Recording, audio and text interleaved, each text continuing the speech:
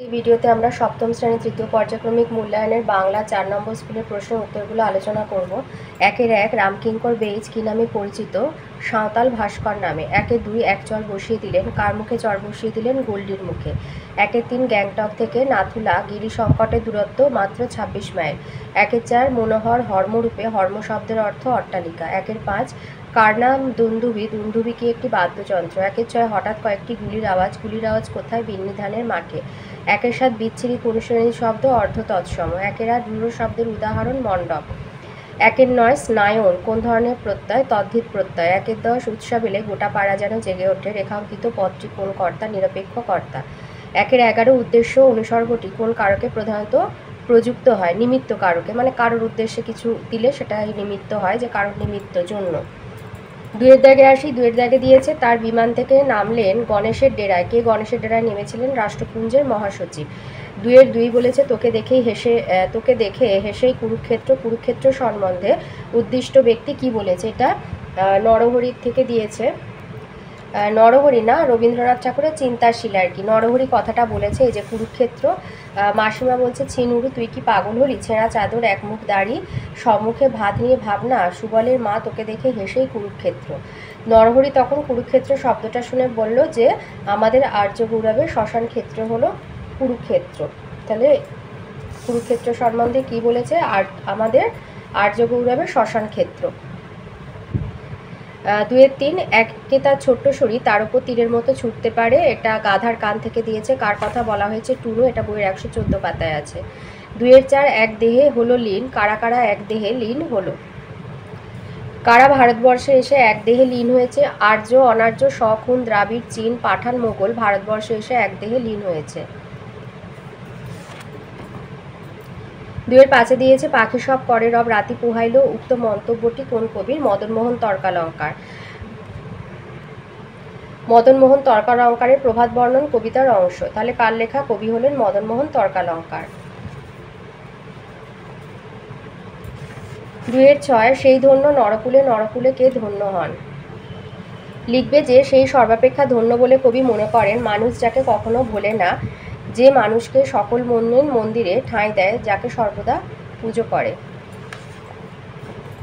2-7 মাকু উপন্যাসের লেখককে? লীলা Majumdar. 2-8 ঝোলাঝালা coat pantaloon পরা একটা অচেনা লোক, লোকটির নাম কি? ঘড়িওয়ালা। 2-9 দিয়েছে কৃতপ্রত্যয় কাকে বলে? উদাহরণ দাও। আচ্ছা, কৃতপ্রত্যয় কাকে বলে? উদাহরণ দাও। এটা রায়মার্টিনের 307 পাতায় আছে, আর তোমাদের বইয়ের আছে 28 পাতায়। এই যে ধাতু প্রকৃতির সঙ্গে যে প্রত্যয় যুক্ত হয় তাকে বলা হয় কৃতপ্রত্যয়।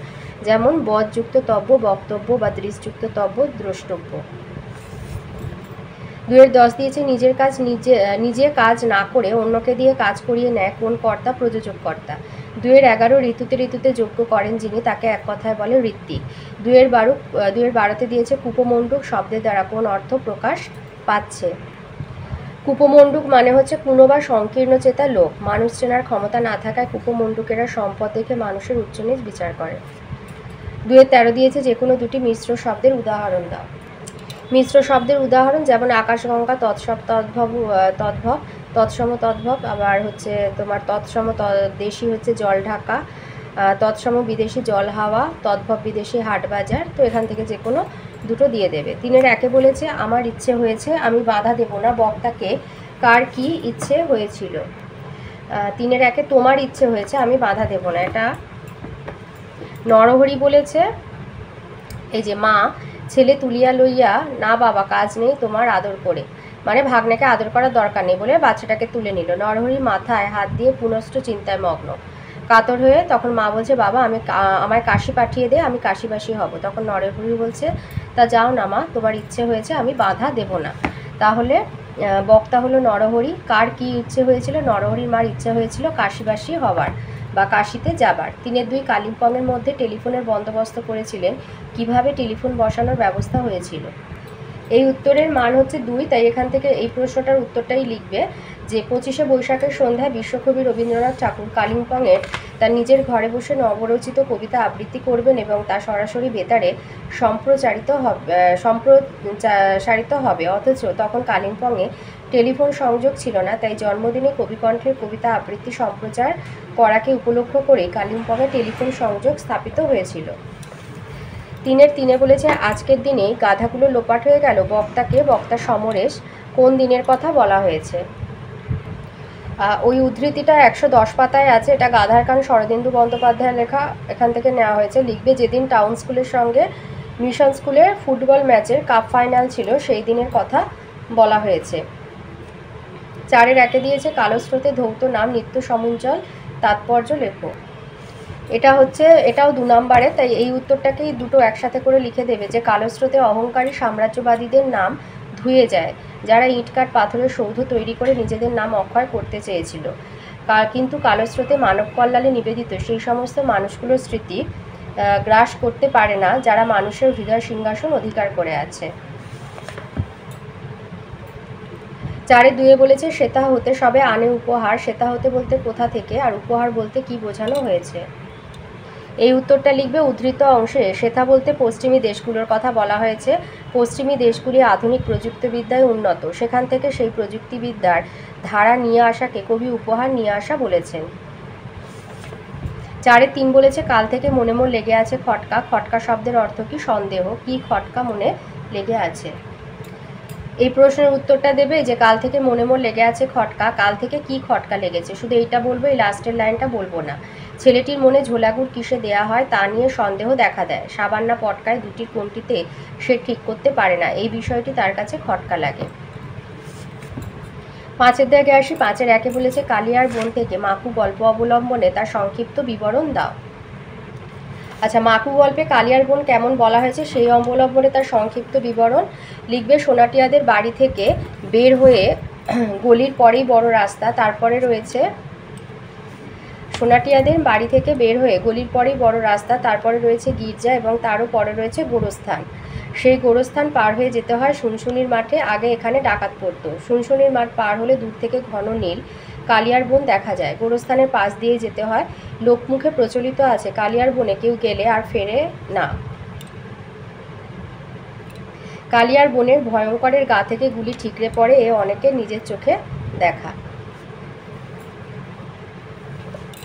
5-এর 2-এ বলেছে হোটেল বলে হোটেল সে এক এলাহি ব্যাপার, হোটেলের বর্ণনা দাও। এই উত্তরটা লিখবে এই যে এলাহি ব্যাপারে বর্ণনা দাও। মাকু গল্পে এক এলাহি হোটেলের বর্ণনা আছে। গাছ থেকে কয়েকটি বড় লণ্ঠন ঝুলছিল, গাছের গোড়ায় 3টি পাথর বসিয়ে প্রকাণ্ড উনুন তৈরি হয়েছিল, তার গনগনে আগুনে মস্ত পিতলের হাঁড়িতে রান্না হচ্ছিল, চারিদিকে রান্নার গন্ধ ছড়িয়ে পড়েছিল। মাথার ওপর ডালপালার ফাঁক দিয়ে চাঁদের আলো এসে পড়ছিল। বটগাছের নিচু নিচু ডালে সারি সারি লোক পা ঝুলিয়ে বসেছিল, কাঁচা কাঠের তক্তা ফেলে তাতে খাওয়া দাওয়া চলছিল। 6-এর 1-এ দিয়েছে ব্যতিক্রম, অবশ্য একাধজন রয়েছে ব্যতিক্রমী মানুষটিকে, তিনি কিভাবে ব্যতিক্রমী হয়ে উঠেছিলেন?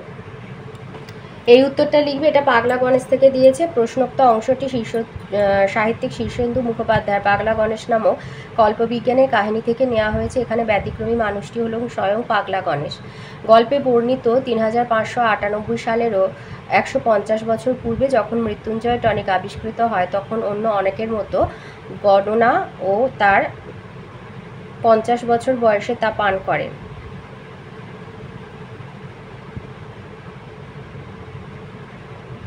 এবং তার আর মৃত্যু হয় না।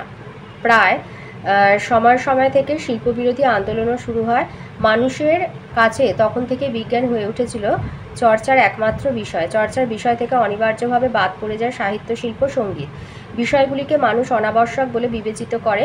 সমকালীন ঘটনার এই গতি প্রকৃতি গণেশের পছন্দ হয় না। বিজ্ঞানের বাড়াবাড়িরও যে একটা সীমা থাকা দরকার, এ তার মনে হয়। তাই একক প্রচেষ্টায় কালের গতিকে উল্টো দিকে ফেরানোর ব্যর্থ চেষ্টা না করে গণেশ আশ্রয় নেন সভ্য সমাজ থেকে দূরে হিমালয়ের গিরিগুহায়। একান্ত নির্জনে ব্যতিক্রমী প্রচেষ্টায় গণেশ করতে শুরু করেন কবিতা চর্চা, গান গাওয়া, ছবি আঁকার সাধনা। এভাবেই তিনি বেগের যুগে আবেগ নির্ভরতার পথে যুগ বিরুদ্ধ কাজ করে ব্যতিক্রমী হয়ে ওঠেন। 6-এর 2-এ দিয়েছে মূর্তি গড়ার ইতিহাসও খুব মজার। কার মূর্তি গড়ার ইতিহাসের কথা বলা হয়েছে, তার মূর্তি গড়ার ইতিহাসটি বিবৃত করো। এই উত্তরটা লিখবে, এখানে কার মূর্তি গড়ার ইতিহাসের কথা বলা হয়েছে, রামকিঙ্কর বেইজের মূর্তি গড়ার ইতিহাসের কথা বলা হয়েছে। আর মূর্তি গড়ার ইতিহাসটা বিবৃত করো লিখবে, ছেলেবেলা থেকেই মূর্তি গড়ার প্রতি রামকিঙ্করের বেশ টান ছিল। এ ব্যাপারে তার উৎসাহ জেগেছিল বাড়ির পাশে কুমোরপাড়া থেকে। একসঙ্গে এ প্রসঙ্গে নিজের মূর্তি গড়ার যে মজার কথা তিনি জানিয়েছেন তা হলো তাদের বাড়ির সামনের রাস্তা লাল মোড়ামে ঢাকা থাকতো। একদিন তিনি দেখলেন হঠাৎ বৃষ্টির পরে ওপরের মোড়াম ধুয়ে রাস্তায় নীল রঙের মাটি বেরিয়ে এসেছে। সেই মাটি খাবলে তুলে তিনি নানা রকম পুতুল তৈরি করেছিলেন। 6-3 দিয়েছে স্বাধীনতা সংগ্রামে নারী রচনাংশে বিপ্লবী দুকড়িবালা দেবী সম্পর্কে সংক্ষিপ্ত বিবরণ দাও। স্বাধীনতা সংগ্রামের ইতিহাসে অহিংস আন্দোলনের পাশাপাশি বিপ্লবী আন্দোলন এক ঐতিহাসিক ভূমিকা পালন করেছিল। অগ্নিযুগে এই বিপ্লবী আন্দোলনের এক উল্লেখযোগ্য স্বাধীনতা সংগ্রামী ছিলেন দুকড়িবালা দেবী। বনপো বিপ্লবী নিবারণ ঘটককে অত্যন্ত কাছ থেকে দেখে তিনি স্বদেশব্রতে উদ্বুদ্ধ হন এবং ইংরেজ শাসনাধীন মাতৃভূমির মুক্তির জন্য জীবনপণ করে তিনি বিপ্লবী দলে যোগদান করেন। বিপ্লবী দলে যোগ দিয়ে দুকড়িবালা দেবী স্বদেশের সেবায় আত্মনিয়োগ করেন। বনপো নিবারণ রডা কোম্পানি থেকে চুরি করে আনা 7টি মশার পিস্তল তার কাছে গচ্ছিত রেখেছিলেন, কিন্তু ব্রিটিশ পুলিশ গোপন সূত্রে খবর পেয়ে একদিন অতর্কিতে তার বাড়ি থেকে তল্লাশি শুরু করলো। তল্লাশি করে পুলিশ সেই 7টি চোরাই পিস্তল উদ্ধার করে এবং দুকড়িবালা দেবীকে গ্রেপ্তার করে। দুকড়িবালা দেবীর চরিত্রে নারীসুলভ কোমলতা পূর্ণ মাত্রায় বহমান ছিল। তার মাতৃত্বের অনুভূতি ছিল প্রবল। বন্দি জীবনের অসহ্য পরিবেশ এবং দুঃসহ কষ্ট মুখ বুজে সহ্য করা সত্ত্বেও নিজের জন্য কিছুমাত্র চিন্তা না করে গৃহে শিশু সন্তানদের জন্য তার মন আকুল হতো। জেল থেকে তার বাবাকে লেখা এক পত্রে তার সেই মানসিকতার পরিচয় পাওয়া যায়। তিনি লিখেছিলেন তিনি ভালোই আছেন, তারা যেন চিন্তা না করেন, শুধু বাচ্চাদের যেন তারা দেখেন, শিশুরা যেন না কাঁদে।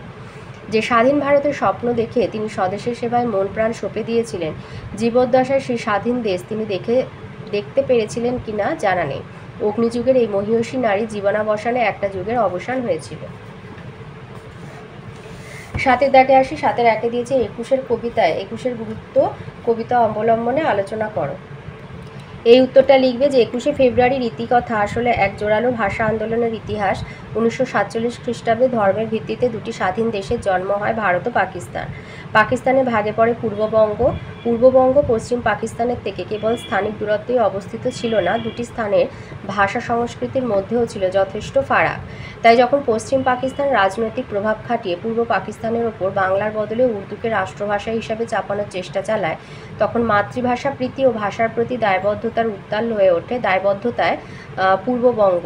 1952 খ্রিস্টাব্দের 21 ফেব্রুয়ারি ঢাকা বিশ্ববিদ্যালয় ও মেডিকেল কলেজের ছাত্র বুদ্ধিজীবীদের আন্দোলনের স্বার্থে এক শান্তিপূর্ণ মিছিলে পাকিস্তান সরকারের পুলিশ গুলি বর্ষণ করে। মারা যান আব্দুস সালাম, রফিক উদ্দিন আহমেদ, সফিউর রহমান, আবুল বরকত এবং আব্দুল জব্বার নামক 5 তরুণ ভাষাপ্রেমী। এরা ভাষা শহীদ।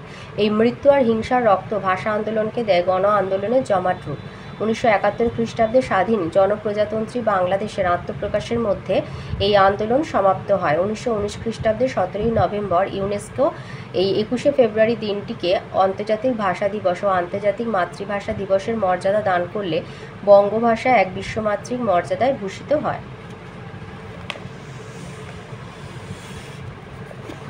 7-2 দিয়েছে এই ভারতের মহামানবের সাগর তীরে। ভারত কিভাবে মহামানবের সাগর তীর হয়ে উঠেছে তা কবিতা অবলম্বনে আলোচনা করো।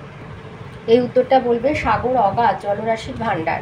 সেই জলরাশিতে কত না নদী এসে মিলিত হয়। ভারতবর্ষ সেই অগাধ জলরাশিরূপ সাগরের মতো।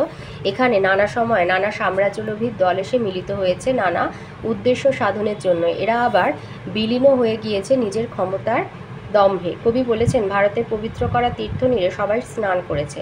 ভারতবর্ষ নানা জাতির নানা ধর্মের সমন্বয়ে গড়া। এখানে একের মনে অন্যের জন্য টান অনুভূত হয়, যা অন্য কোনো দেশে বিরল। তাই কবি সবার পরশে পবিত্র করা তীর্থনীরে এই ভারতের মহামানবের সাগরের তীরে সকলকে একত্র হতে বলেছেন। 7-3 মধুহীন করোনাগো তব মন কোকোনদে। কোকোনদ কি লাল পদ্ম? আর কবির কোন আকুতি সংকলিত মন্তব্যে ঝরে পড়েছে তা ব্যাখ্যা করো। এই যে কোকোনদ মানে লাল পদ্ম, এইটা বলবে বিষয় সংক্ষেপটা যে মা যেন, এটা 4 নম্বর আছে, লিখবে মা যেন তার চিরদাস কবিকে মনে রাখেন। বঙ্গভূমির প্রতি কবির এই মিনতি, মনের ইচ্ছা পূরণ করতে যদি কোনো ভুল ঘটে থাকে তবুও মা যেন তার লাল পদ্ম সদৃশ মনকে মধুহীন না করেন। বিদেশে দৈবের বা ভাগ্যের কারণে যদি কবির জীবন তারা খসে পড়ে দেহের আকাশ থেকে, তাতে কবির কোনো খেদ বা দুঃখ নেই, কারণ কবি জানেন জন্ম নিলে মরতে একদিন হবেই। কেউ কোথাও অমর নয়। নদীতে যেমন জল কখনো স্থির থাকে না, তেমনই জীবন নদীতেও প্রাণ স্থির বা অচঞ্চল নয়। কিন্তু মা যদি কবিকে মনে রাখেন, তাহলে কবি মৃত্যুকেও ভয় পান না, কারণ অমরতা দানকারী অমৃতে যদি মাছি গিয়ে পড়ে, তবে সে অমর হয় না, তারও মৃত্যু হয়। মানব সমাজে সেই ধন্য যাকে মানুষ কখনো ভোলে না, মনের মন্দিরে চিরকালের আসন দিয়ে ধরে রাখে। কিন্তু কবির এমন কোন গুণ আছে যে দেশমায়ের কাছে এমন অমরতা কবি দাবি করতে পারেন? তবে শ্যামা জন্মদাত্রী যদি তাকে দয়া করেন, ভুল বা দোষকে গুণ বলে ধরে নেন, তাহলে তিনি সুবরদাত্রী বলে কবিকে অমরতার বর দান করতে পারেন। কবি যেন স্মৃতিজলে ফুটে থাকেন মধুমাখা পদ্মের মতো বসন্তে কিংবা শরতে। 8 দাগে বলেছে খেলা দেখাতে হবে না, এখন ওঠো দেখি সব। বক্তাকে কোন খেলা দেখানোর কথা বলা হয়েছে, আর এই খেলা দেখানোর জন্য কি আয়োজন করা হয়েছিল? এটা মাকু বইয়ের 16 পাতায় আছে। খেলা দেখাতে হবে না, এখন ওঠো দেখি সব। এই যে তারপর ফোঁস করে একটা নিঃশ্বাস ফেলে নিয়ে এবার এটা বলেছে কে? তাহলে বক্তাকে হোটেলওয়ালা। কোন খেলা দেখানোর কথা বলেছে? দড়িবাজি খেলা দেখানোর কথা বলা হয়েছে।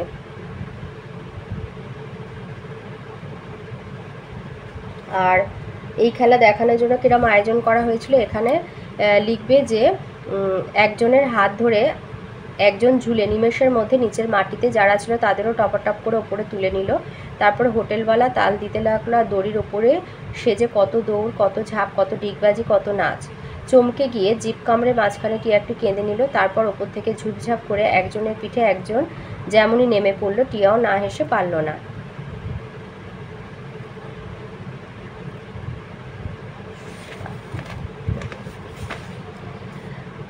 আটের 2 বলেছে লীলা মজুমদার রচিত মাকু উপন্যাস অবলম্বনে মাকুর সংক্ষিপ্ত বিবরণ দাও। এইটা লিখবে প্রখ্যাত সাহিত্যিক লীলা মজুমদারের মাকু গল্পে মাকু ছিল কলের পুতুল। ঘড়িওয়ালা বহু বছর ধরে ঘড়ির কারখানায় পুরনো কলকবজা দিয়ে মাকুকে তৈরি করেছিল। সে বিভিন্ন প্রকারের কাজ করে দিতে পারে। মাকু নানা রকম কাজ করতে পারলেও কাঁদতে পারত না একেবারেই, কারণ ঘড়িওয়ালা তার শরীরে কাঁদার কল বসায়নি। এদিকে পরিদের রানীকে মাকু বিয়ে করতে চায়, অথচ সে কাঁদতে পারে না বলে পরিতে রানীর সঙ্গে তার বিয়ে দেওয়া সম্ভব নয় বলে জাদুকর জানায়। তাই মাকু ঘড়িওয়ালার কাছে বায়না করে যে তাকে কাঁদার কল বানিয়ে দিতেই হবে। কিন্তু মাকুকে বানাতে গিয়ে ঘড়িওয়ালার সব বিদ্যে ফুরিয়ে গেছে। মাকুর জন্য কাঁদার কল তার পক্ষে বানানো সম্ভব নয়, মাকুর কাছ থেকে পালিয়ে বেড়াচ্ছে। আর এর সাথে দিয়ে দেবে যে মাকু কী কাজ করে। এর সাথে এটা দিয়ে দেবে যে মাকু নানা রকম কাজ করতে পারে, যেমন কথা বলতে, নাচতে, গান গাইতে, জামা কাপড় কাচতে, দড়ির জট খুলতে, পেরেক ঠুকতে, হাতুড়ি পিটতে, ইস্ত্রি চালাতে, রান্না করতে ইত্যাদি নানা রকম কাজ করতে পারে।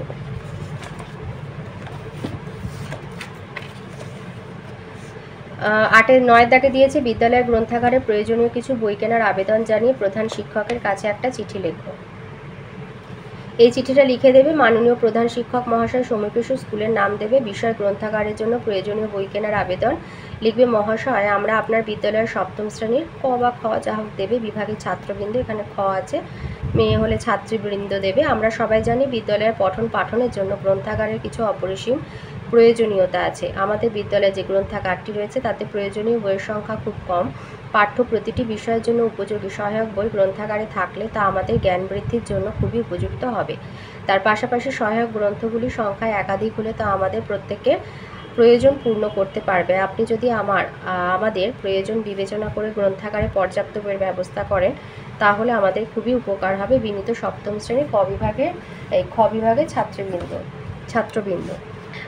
9-2-তে আছে বার্ষিক পরীক্ষার পর প্রিয় বন্ধুকে গ্রামের বাড়িতে আসার আমন্ত্রণ জানিয়ে একটি পত্র। তো লিখবে, প্রিয় কাজল, পত্রের প্রথমেই তোকে জানাই আমার আন্তরিক ভালোবাসা। আমাদের পরীক্ষা শেষ হয়ে গেছে, আশা করি 2-1 দিনের মধ্যে তোর পরীক্ষা শেষ হয়ে যাবে। পরীক্ষা শেষ হয়ে গেলে বিকেল 3টের ট্রেনে ভাইকে সঙ্গে করে তুই আমাদের বাড়ি চলে আসবি। সামনের সোমবার অর্থাৎ 4 দিন পর আমাদের নদী মেলা অনুষ্ঠিত হবে। খুব ধুমধাম করেই মেলা হয়। গতকাল আমি হোস্টেল থেকে ফিরে প্রথম দিকে বাড়িতে বেশ ভালোই লাগছিল, কিন্তু এখন ফাঁকা ফাঁকা লাগে। তুই এলে খুব ভালো লাগবে। আমাদের গ্রামের নদীটা এখান থেকে 2 মিনিটের হাঁটা পথ। বিকেলে দুজনে নদীর ধারে বসে গল্প করব, সূর্যাস্ত দেখব, সকালটাও দারুণ লাগবে। বিশেষ কিছু লিখছি না, সাক্ষাতে কথা হবে। তোর বাবা মাকে প্রণাম জানিয়ে শেষ করলাম। ইতি তোর প্রিয় বন্ধু বলে তোমার নাম দিয়ে দেবো, ঠিকানা দিয়ে দেবো।